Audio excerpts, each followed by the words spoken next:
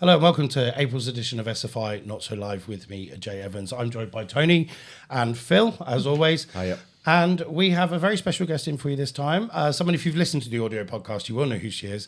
Anna Sager. Anna, welcome. Thanks. A little introduction for those that wouldn't have heard your podcast before. So I am editor of Specialist Lending Solutions and deputy editor for Mortgage Solutions. So it's a publication aimed at mortgage brokers. So writing a lot of industry updates and interviewing key people and kind of seeing what's what with mortgages, really. Couldn't think of a better guest, guys. What do you think? Absolutely. And for what we're going to talk about today, I know you've done a lot of work in this area, so I'll introduce what we're going to do in a minute. Just the caveats from me, as always, the opinions on this podcast are not necessarily that of our employers. They might be just that of ourselves, so don't come back at us. And as you can probably see if you're on Spotify, if you're not, if you head over to Spotify, you can see us now as well as listen. So do go over, have a look at those on YouTube and Spotify. So today we're going to talk money a little bit, I think, and start talking about the post-budget, because I know, Tony, you've worked with the media and you've done some bits already, but we've not talked about it on here because we focused very much on, just a little plug for last month's first video podcast was on buy-to-let. So we didn't really talk about the budget and the impact that it'll have on the housing and property markets and the mortgages and other kinds of lending. So this is our chance. And Anna, I know you've written some analysis on it as well because I read it. So there's lots to talk about. So first of all, I'm just going to go around the room for a minute and just say, what did you think of the budget as a pre-election budget? Was it what you expected? I mean, I've got my opinion, but your opinions matter more. Tony, let's go to you first. What was your opinion? What did you say when you were sat in there doing the live commentary? I'll be intrigued to know. There wasn't a lot to say, to be honest, around the mortgage market. As I commented on, it was yet another tumbleweed budget for the mortgage market. So not a lot going on. There was. I think Phil and I were discussing before it. If he reduced NIC, then we felt it was going to be a May election. So we'll see. Next, he's got until Tuesday to make that announcement. Otherwise, it won't be May because there won't be enough time. So it's kind of probably not going to be May. What do you think? On the election? Yeah. I feel like he'd probably want to give himself a bit more runway because because Rishi Sunak is not very popular. But even though the polls are doing this, I think he might just kind of be like, oh, but maybe I can turn it around. But I don't know if I don't think they do it in autumn winter just because they don't like. I think there's a kind of, I don't know how true it is. There's a kind of myth around, if you do elections when it's bad weather, then people don't turn up because they don't want to go out in the rain or whatever. But I don't know how true that is. It's just something that I've heard. Phil, agree? Yeah, I think we're probably looking autumn now because there wasn't that big announcement, that surprise announcement. You know, we knew NI the day before, really, that had been teased out. And then there was is there going to be a tax reduction? Is that going to happen? It didn't happen. So we're rolling out a May election. I think so. I think so.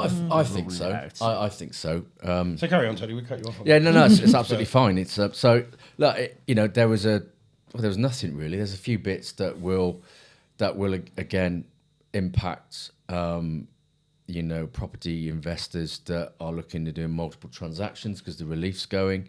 I understand why it's going because sadly it's been abused in certain areas. Gosh, it's my age, I forgot what I was going to say. The holiday let tax, that's an interesting one. I think that, let's see how that plays out. I not that I own any holiday lets, but I can see both sides of that equation. Yeah. So that's interesting. And then obviously there's a bit of relief on the capital gains tax, which might open up some first-time buyer properties if people want to exit the market. But look, that's a tenuous link to yay. Yeah. Actually, it's just nothing. They haven't tackled the main things, which is our lack of housing policy and structure and approach.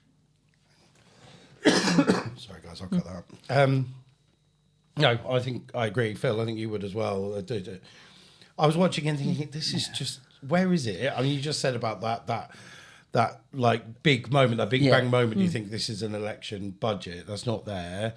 But looking at it from the housing market, there was nothing really that you sit there and think, that's going to stir voters, that's going to excite people. We'll talk about first-time buyers in a minute, as Tony just mentioned. But like this, it just felt flat.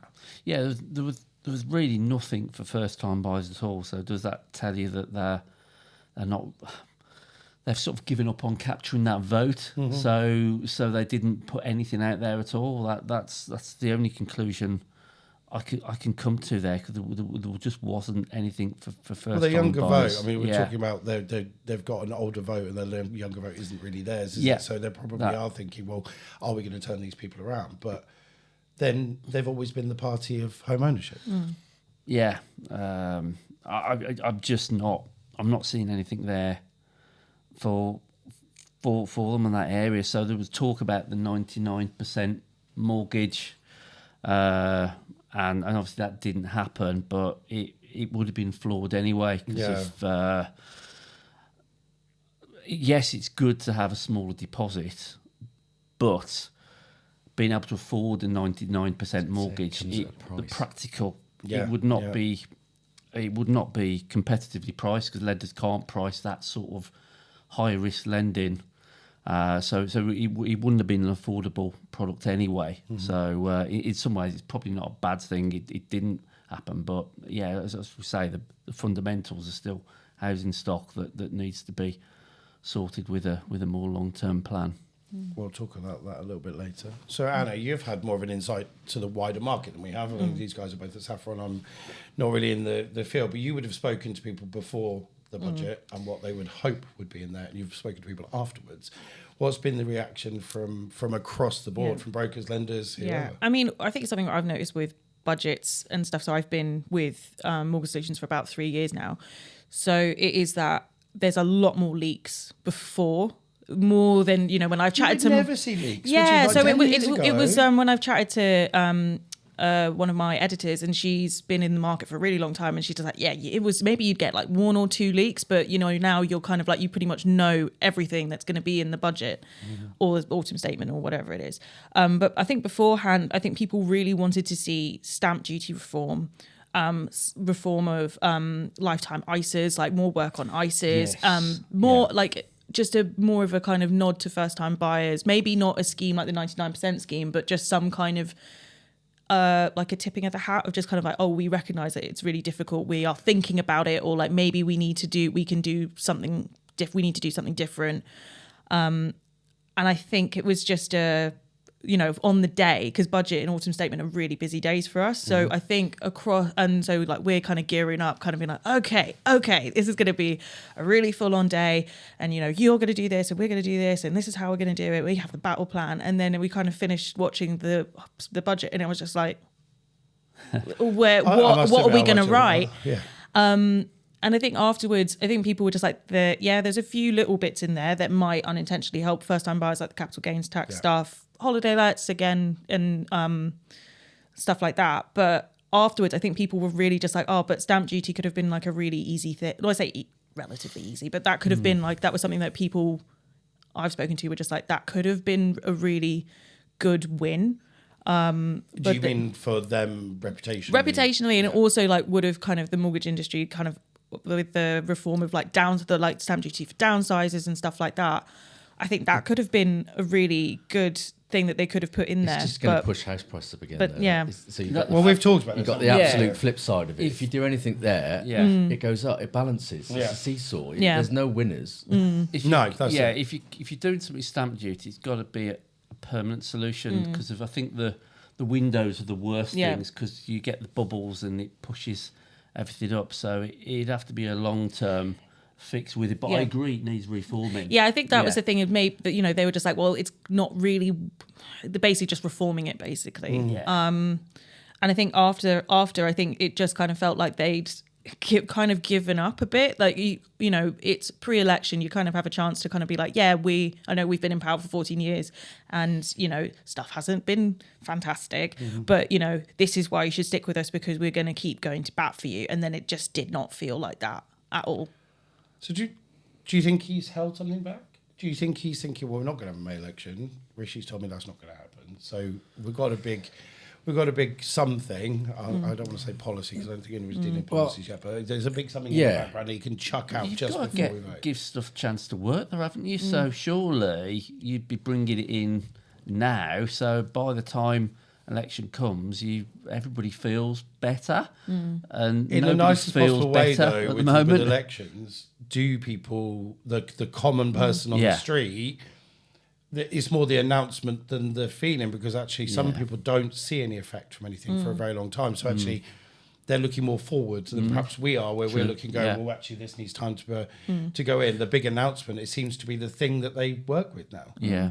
Well, I think maybe it was just because we were chatting about it a bit earlier. It was just kind of maybe that because they think they're going to lose, they don't want to kind of come out with like a really great policy that Labour can then just be like, just kind of come in and be like, cool, we'll take it from here, Yeah. guys. Thanks for that. Yeah. Yeah, I don't know. that's true.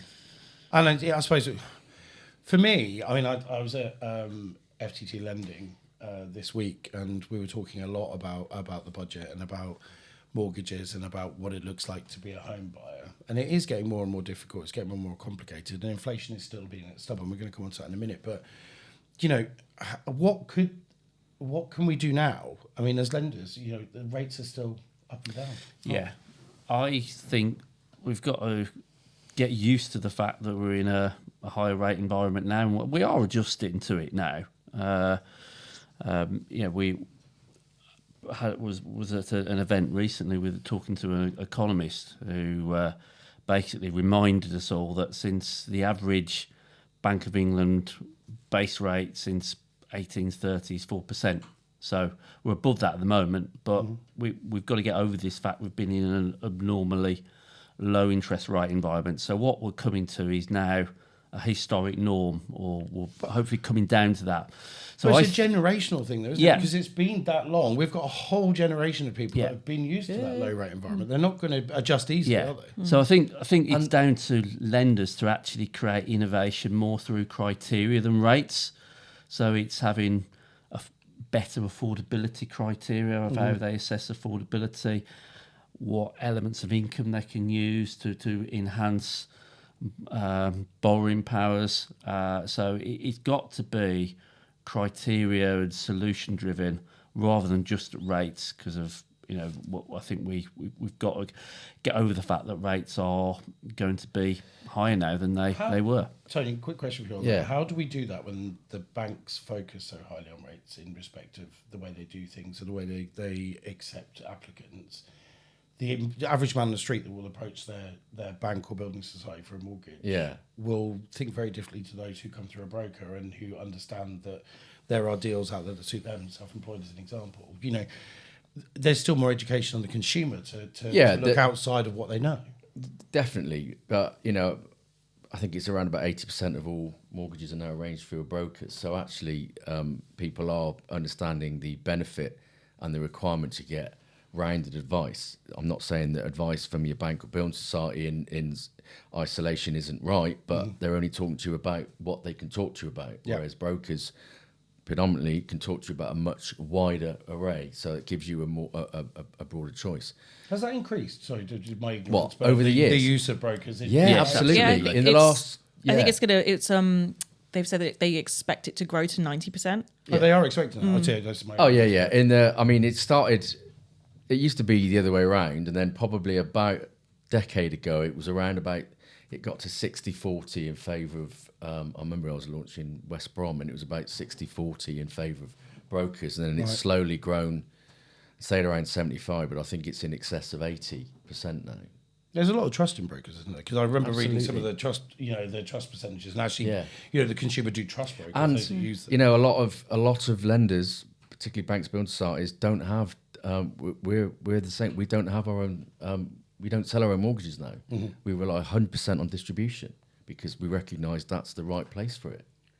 So it's up to you guys as lenders, I suppose. We're going to talk about again, it's education, but education to the consumer. That someone like you, it must be difficult for you to have these products that you can give to, say, a first-time buyer.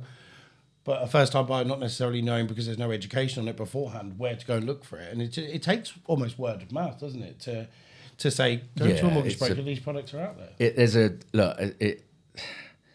It's a wide array of things. Even brokers don't know all the products that are available because there's 4,500 products available in the market at any one point. So that's why it's important for us as lenders to make sure that people understand that opportunities arise. The number of brokers we were talking about it earlier, actually, over lunch with brokers having clients and telling no one can do that. Then the client going to another broker and going, yeah, Saffron will do that for you. And we did. Yeah. So as one example. So even that, it's hard for brokers to stay completely informed. Mm-hmm. But there's also a variety of opportunities to keep themselves informed these days that it's probably a little bit of laziness. So like, these are my lenders, I know them, that's all I'm going to talk to. Yeah. Which is great, but also limiting. Yeah. But I think as well, to this point, regulation has to consider the environment we're in as well. So a lot of our challenges are around affordability. Yeah. And affordability is driven quite rightly as a result of the credit crunch and a regulated approach to assessing risk, right? And I think what we've got to do now is look at this cost of living crisis and the impact it's having on arrears. We're seeing an uptick, although it's from a very low base, and understanding actually, is our affordability approach right? Have we cut too deep in terms of making it harder? Can we learn from this latest slump as to, is there a better way to cut affordability from a regulatory perspective so lenders are able to say yes more often? That's an interesting point, actually. We'll just carry on that bit for a minute. I was going on to another subject, but you just brought up a really valid point. So, Anna, that's over to you, because we talk about this. We've talked about this quite a lot, that people are looking at, the lenders are looking at ways to make it easier to get products. Is that editorial? Is that what you're seeing in the conversation you're having? Is that people are saying, we need to do something in the environment we're in now because it has changed so lot? I think that we're getting, lenders are kind of, I say, talking to us a lot more. Not that they didn't talk to us before, but I think they're kind of trying to be a lot more proactive with journalists, kind of talking to them about, these are the products that we're launching. Can we talk more about these schemes that we have or that we're part of? Because I think they could really help people. And I think especially on the rate changes stuff. So it used to be, I think when I joined, it wasn't very. We did like occasional rate change stories. We didn't do a huge amount, and then obviously because of the mini, and it has just changed because the environment's become more volatile. But then, it used to be that a broker would forward me a note, and then I would then have to chase the lender and say, actually, is this happening? Can you give me more information? And now they're being more proactive and actually saying, we want it, because I think there was pushback from brokers just being like, even just to have more information. And so then lenders are now kind of sending us stuff more proactively and ahead of time, which is good. But I think on the education side, I think it is just, it's a difficult one because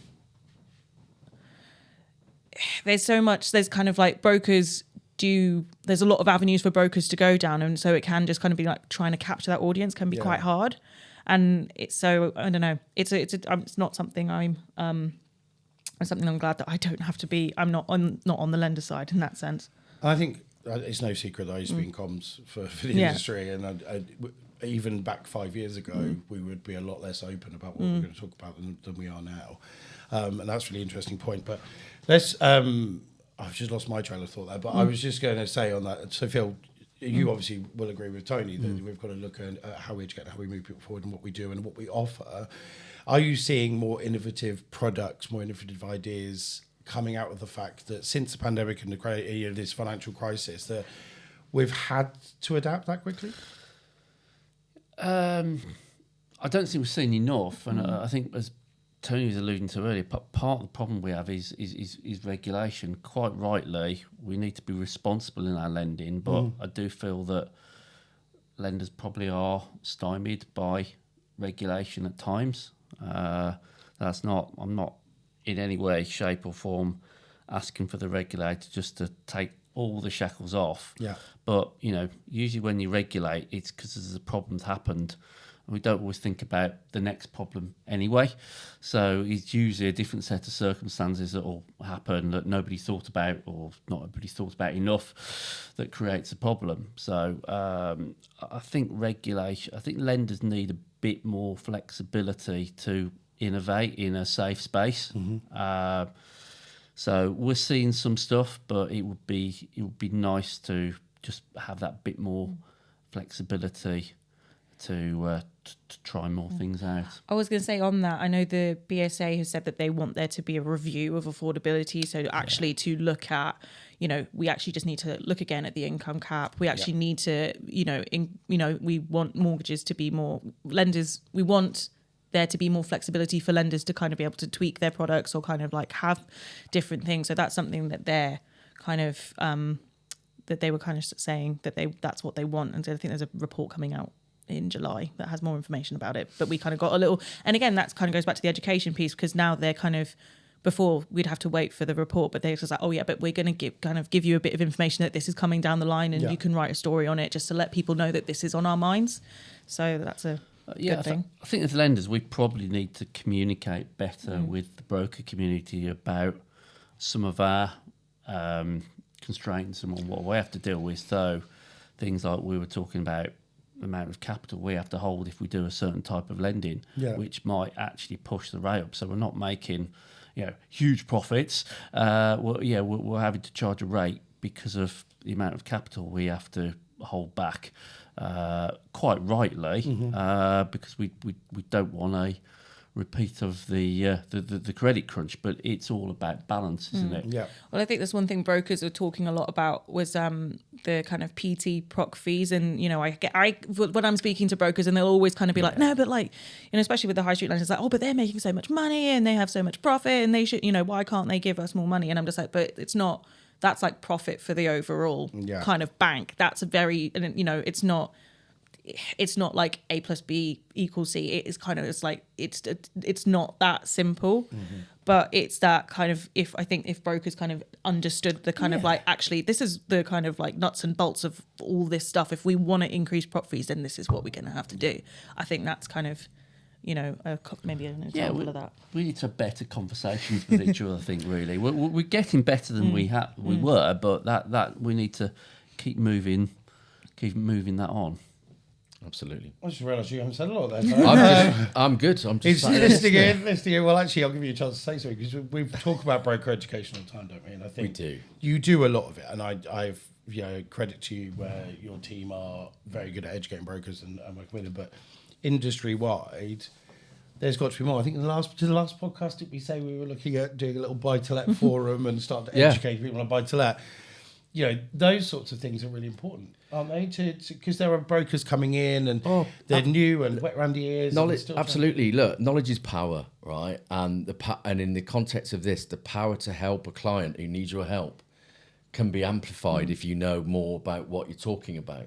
So one of the things me and Phil are on the mission at the moment is self-build. And I've just spent the last hour at lunch educating a journalist as to the opportunity of self-build in the market. He's learned new stuff, didn't know. So that's probably typical of everybody in this market. So you're right, education, you need to keep learning, don't you? And need to keep understanding the opportunities. So what was it one of my colleagues said, and because I didn't quite understand what she said, but she said, if you think you're the smartest person in the room, you're in the wrong room. Which took me a while to work out, but that's because I'm a bit old and slow. But I finally got there in the end. But they always say you should employ people cleverer than you are. Oh, I do that clearly, as you can see. And the rest of my team. Your team is so much more knowledgeable. But they do say, that's along the same lines, isn't it? Always surround yourself by people who are more intelligent than you are, because otherwise you're never going to learn. I mean, as a journalist, I'm always just kind of like, I don't. So my friends will kind of ask me for like more. He's like, oh no, but you must be so knowledgeable about mortgages. I was like, no, I talk to people who know a lot about mortgages, and I tell people what they've said to me. And it's not that, and it is that kind of like, it is about being able to like constantly learn, and also because the market's constantly changing. So it's not kind of, it's so kind of, I say it's so volatile, but it's just that kind of like, you have to keep learning because everything's changing. So it's changing so quickly all the time. But look, Jay, you're a classic example. I know you do yourself down here, but since you've been working with us over the last 4 years, your knowledge in the mortgage industry. I sometimes feel like a bit like an advisor myself, because I was at FTD holding the Edgerton stage, and I brought up custom build, and people had all sorts of misconceptions in the room. There was like 5 or 6 of us. It's like, it's grand designs and and we talk about this a lot, don't we? Yeah, a lot. And but it weren't that. They thought custom build was like almost like the prefab houses. Yeah. You know, the ones that come off the back of a lorry. Yeah. And you sort of clunk them together. That was the level of Like knowledge giant Lego. across very intelligent people. I'm thinking, Yeah. you No, don't know anything. that's not and so off possible. I go on my little Tony rant almost. I kind of just, I embodied you for about half Good an man. hour. And they were Good like, man. I'm going to have to look this up. And the guy messaged me and said, oh, there's a program on Channel 4 called The Street. Oh, and I did tell you about that. I said I couldn't remember the name of it. And I think it is that. I mean, Anna, we're going to question you in a minute, see how much you don't know. I'm joking. But I must admit, I have learnt a lot. And, you know, I've been a typical, not had a mortgage, paid a house out of inheritance. I've never had a mortgage. I was completely naive when I started working with you guys. And the more we do this, the more you realise you do know a bit more about the world and about the sector, and you can actually offer advice. And it's, I would never offer advice, I don't mean that, but I would always say go see a broker and say to them, mention this to them and mention that to them and say, look, you know, and a lot of my friends are self-employed and they have always been, they keep continuing to rent into their late 20s because they're petrified of going for a mortgage because they think it's too complicated, they think it's too difficult and they think I won't get accepted and they've maybe been a bit bad with money, you know, and they need some guidance and, you know, the general consumer needs as much as guidance as the brokers do and, you know, and vice versa. Absolutely. Let's continue on the theme of finance for a minute and inflation, because we've just had an announcement that inflation has gone down, not very much, and everything is still going up. So, and actually, a lot of the stories I read are on how people really don't understand what inflation is. Really don't. And some very intelligent people don't understand what inflation is, and they don't realise that when it goes down, that they think the prices are going down. I'm like, no, they're still going up, just not as quickly. Yeah, because it's the 12 months to this month, and so it's Yeah. And so, you know, it's been persistent. So we've been talking about the Bank of England and base rates and when they're going to go down, what's going to happen. So I did a prediction quiz while I was at the event, and I went round to 30 odd people in the room at the time, and I got them to put their hands up on a certain month when it went down. So to start with that, because we said last time, rack my brain, you said June. Did you say May, June? You said July? I can't remember. Someone said. Yeah, June or August. So we're really summer, aren't we? Yeah. Summer. Yeah, I think What do summer you too. think I'm going August now. Yeah. That's because from the writing up the base rate stuff yesterday, it is that when people do, that seems to be the expectations from like the comments and stuff that I saw coming in was just like, oh, you know, probably summer. Yeah. Inflation has been more sort of what's the one? Sticky? Stubborn than Yeah. I thought. Yeah. I honestly thought it'd be lower by now. Yeah, I but think you've it's got a core lot of inflation, global, isn't it, you've that's got causing the you've got a problems. lot of global issues that will affect the pricing of Like stuff. war in Ukraine, disruption, Middle East, 'cause and you've got to, supply chains and things anything like that. getting to us being imported is coming at a cost. Yeah. And therefore that, you know, businesses are not benevolent, aren't, you know, Omnipotent? that's the word, or whatever it is. Give stuff away for free. That's it. It's a Friday. I can't think of proper words. It's Friday afternoon. Yeah, we're struggling. Yeah. I can't even say it. Anthropological. It's not a word. So That's an Jake interesting can cut word. that out. Yeah, I'm leaving something that in. else. I'm going to commission Oxford to Absolutely. put that in the So dictionary. yeah, look, it is, isn't it? And I think, look, the other issue is if you know how we all react as soon as you hear good news, you go and party it up. So if they did a cut now, I think you'd see a spike in inflation before the summer because everybody's going, yeah, Exactly look that. at that. Exactly And then they start spending money again, which is what we don't want to happen, really. So what's it going to do if we're holding on to this stubborn base rate? What if they do go down summer? What are brokers going to look at? What are they going to see from lenders? Because it's not going to be, nothing's going to happen quickly, is it? No. We're not going to see a nice positive by the end of the year and go, oh, we're seeing a lot better. Well, I think, look, we don't like charging more than we have to, you know, genuinely, but it's a balance, isn't it? You know, for us as a building society, it's balancing the needs of our members as savers as well as the needs of our members as mortgage, you know, customers. And sadly, at the moment, savings rates are stubbornly here, whereas interest rates are sliding. So every time that happens, it constricts our ability to profitably run our business and give value. You know, we as a mutual, as everybody knows or doesn't know, we don't have shareholders. We live to our profits are invested. Can you back. just elaborate on this? Because I had this conversation with somebody again on Tuesday when I was at the event. I had a conversation with somebody because they just didn't get it. Right. They didn't get mutuality. They didn't understand how you balance your books. So can you just give us a broker-friendly definition of how you would do that Oh, balance blimey. and how it works here? Obviously, I know it's complicated, but is there a Well, real it's not- simple? it's It's not- not complicated when it's you not think really of it. When you simple, stop the Mark. argument. Yeah. Yeah. It's not complicated. We, ultimately, the whole benefit of building societies and mutuality was about collective savings to enable people to borrow money to build their house. Right, that's the ethos. Yeah. Right, there was no profitability in it for gain beyond that. Right, so and that's still to this day, probably 85 years later from when the first building society was decided. But so any profit we make is pushed back into our business as investment to make the outcome for our members better. Yeah. That is basically it. Obviously, there's a cost to run a business, so we need to make an operating profit that allows us to run our business and pay people like me and Phil and everybody else. But anything we make as profit is fed straight back into the business. It isn't shared out to anybody else. That's the difference. Yeah. So we have nobody else to worry about but our members.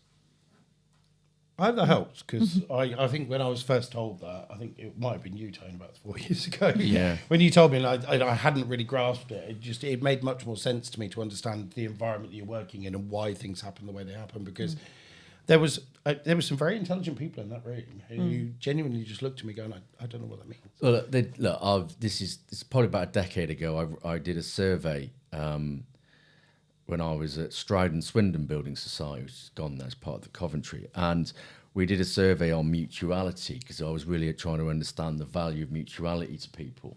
And we gave them a list of people and said, who's mutual? Guess who was top of the mutual list? HSBC. Yeah, Lloyds Bank. Yeah. Right? Was it? PLC. But it has right? bank in it. Exactly. But that's the lack of understanding. Yeah. And the younger you were, the even less understanding you had of mutuality. So it's a great thing that is commonly misunderstood, as you say. I'd say, and it's anyone who I think some people will probably understand more of credit unions or understand that's how they work, Yeah.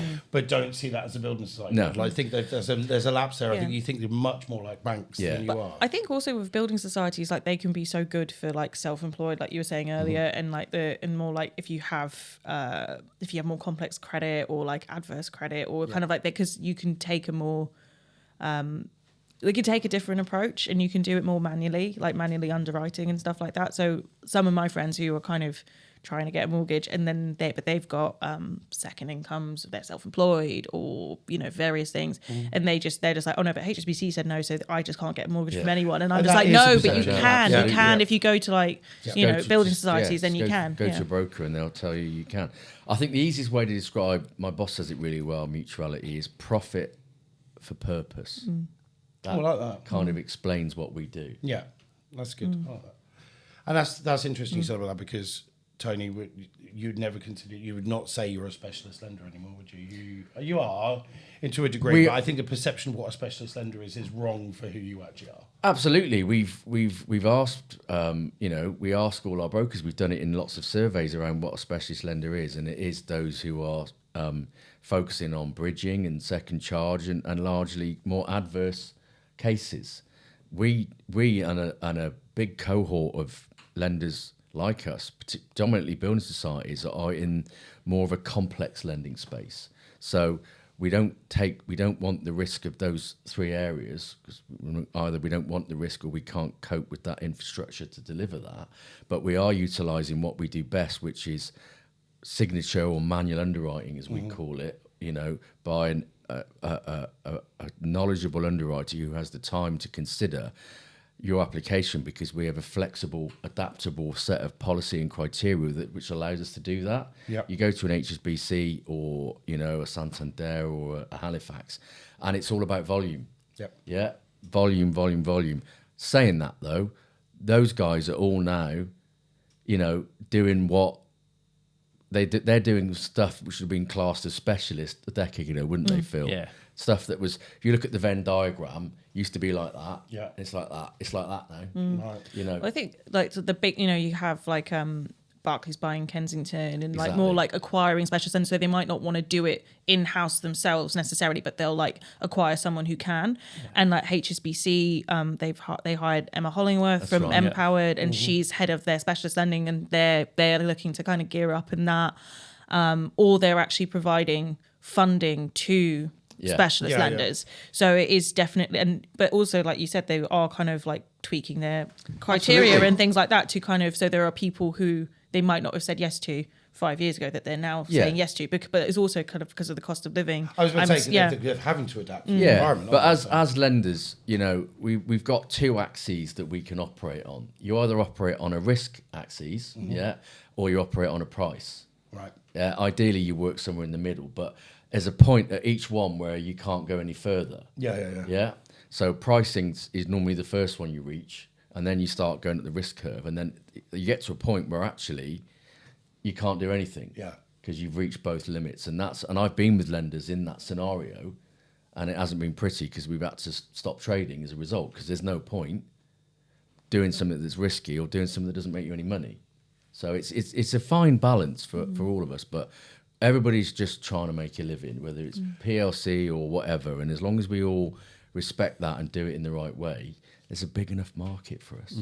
I think just having this conversation between us and a broker sitting there listening, this level of knowledge that I've picked up, as you said earlier, I've picked up over the last 4 years, has made me realise how complicated it is for the lenders. So the brokers can kind of understand where you're coming from. And actually, if they can feed that down to their customers, we're going to get a stronger understanding of how lending works, and people will start to, as you say, like your friends who had more complex circumstances, will start to think about what they're doing before they even approach the broker. So actually, they're starting to look at what they're spending on. They're starting to look at how much they're saving, what they're doing with their money, how they are living their life, and paying attention. Look, that's one of the key things, and I always use a fill line here, right? When people, it's funny, right? When you are selling your, I'll use one of my analogies, right? When you're selling, it's normally a rant. So It's an analogy, not a rant this time. When you're selling a house, you spend a lot of time focusing on making it sure it's neat and nice. So when people view it, it looks amazing, right? No one wants to look at a scruffy house. So why is it when you do a mortgage, do people not tidy up their act before seeking finance? Yeah. So they get a surprise when they don't get the mortgage they want, because they've got spending that's out of control, or too much unsecured debt, or XYZ. So Phil always says to brokers, get your client match fit. The best thing you can do as a broker is actually say to somebody, you are not ready for a mortgage, right? Or if you want to do it now, you're not going to get the high street rate, because there's an element of your lifestyle that's not going to appeal to them. So make a choice. And I don't think brokers do that enough. They don't have those honest conversations and say, mate, if you want this, I'll get it for you, but it's going to cost you more because of you. Do this, this, and this. Come back in 6 months and I'll get you that. That's what we need to do. So hopefully that's a good analogy. I thought it was anyway. I liked it. Sorry about that. Okay, so we've got one last topic, and we've got about 5 minutes left. So we've done it again. It's crunch we've done it time. again. This is actually flown through because we're having a conversation. But I think that was really important, because we do a lot, and it's for your benefit, we do a lot on just trying to drive as much education to brokers as we can. I think that those kind of conversations are where they really listen in and think, okay, now we can learn something from you guys. So thanks, guys. Okay, last topic I want to talk about is, and Phil brought it up earlier, is housing stock. Because it is a big issue. It is the reason we've got accelerated prices. It is an issue why people can't get, especially first-time buyers, people can't get on the market. So we have got an issue. And something, Tony, you have now dipped into, if you like. But something I had a conversation about the other day. I keep talking about it the other day. You can tell I was with a lot of people on Tuesday. But it was on the benefits of smaller developers, and how the monopolised builders, the building companies, the large building companies, who have quite a big control over what comes out and what's built. And actually, there are these, and I think I'm right in saying this, there are these tradesmen who have ambition, who want to start their own little development companies, small development companies, and they have the ability to get these brown land that they can build on. And we've gone back to politics again, but both political parties have talked about planning reform, to allow these houses to get built quicker and to get this process quicker. So how is the development market? Because in the current state, I know I don't want to mention the B word, but we're going to have to. Brexit, after the pandemic, we had huge labour issues, we had huge uprising costs. Is it still doing as well as, I don't know, it's not going to be a long conversation, but I'm just a bit interested to see how that market's doing. Yeah, well, from my perspective, I am, quite new into this, having only just recently picked it up as part of my remit. But we are busy. we're seeing, we're in that, smaller SME builder, typically building probably between 1 and 5 units up to, between sort of £500,000 and £3 million. But we're busy, and we're seeing new developments, things like people building custom build sites, which is another step forward. So I think there's a lot of opportunity, and I think there's obviously it'd be interesting. It's only going to get wider because of the Competition and Markets Authority initial report identifying that there is some concerns over some of the practices of the large builders. So there's going to be opportunity. I mean, we could run a whole podcast on this. Phil and I have just done a whole specialist lending senate on breaking news. We're going to, but Oh, actually, I forgot that. So don't talk too much. No, but the key is our challenges in this country is only a third of people want to buy a new house from a main builder, but 80% of all houses are built by those main builders. So actually, anything that supports policy to allow smaller SME builders to do things is great, and it starts to break that kind of chokehold that the big house builders have on this market. The reason I brought this up, Anna, is because we're not going to have you on that podcast, and you're in Specialist Lending Solutions Editor. So I wanted to just sort of talk to you about it and what you know of the market and the sector, because there was quite a lot of chatter at a recent financial event saying this is the future, this is where we need to go, and this is how we need to change it. If they're going to reform, then we need to give more opportunities for small developers. What are the lenders saying in the field, brokers in the field? Is it anything that comes up to you? Is it a big talking subject? Is it something where we need to push forward a bit? I think so I think that a lot of the large house builders, from like looking at their reports, they have lots of land that they own that they're not doing anything with, and I don't know why. Do you want to know a really geeky stat? Yeah. If we were to release 20% of the land that the large builders hold, we would eliminate the housing crisis. Well, but it's that's what I learned from the other day. Yeah, but it is that they're holding a lot of these sites and not doing anything with them, and it is that kind of maybe they're overstretched of their own balance sheets. They can't. Maybe they might not. It doesn't work for them in that moment. But then I'm just like, well, why not? I know the land is valuable, but why not kind of like have more like imaginative partnerships? It's just like, okay, I can't do anything with this, or like at the moment, maybe we could have we could work with the SME builders. There is a reason. Do that again. I don't know. There's a reason. Question of why Richard Bacon, who's the MP that's driving a lot of the self and custom build reform, or trying to look. These builders firms are PLCs. They've got institutional investors saying, show me your 10-year plan.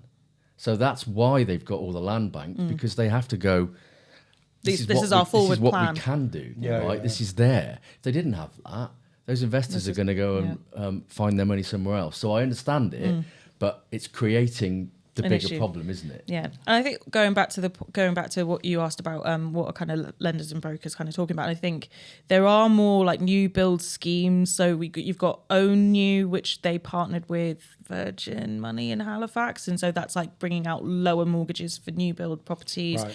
I think like under 3% or something. And then you've got Deposit Unlock, which is again for new builds. Is that for new build? I can't remember if it is for new builds, but it's like another one that you can use for new builds. And then there was another First Homes again, which is First Homes, yeah. And so there are things out there, but I think there is just a kind of there is just a frustration, and we do a new home senate.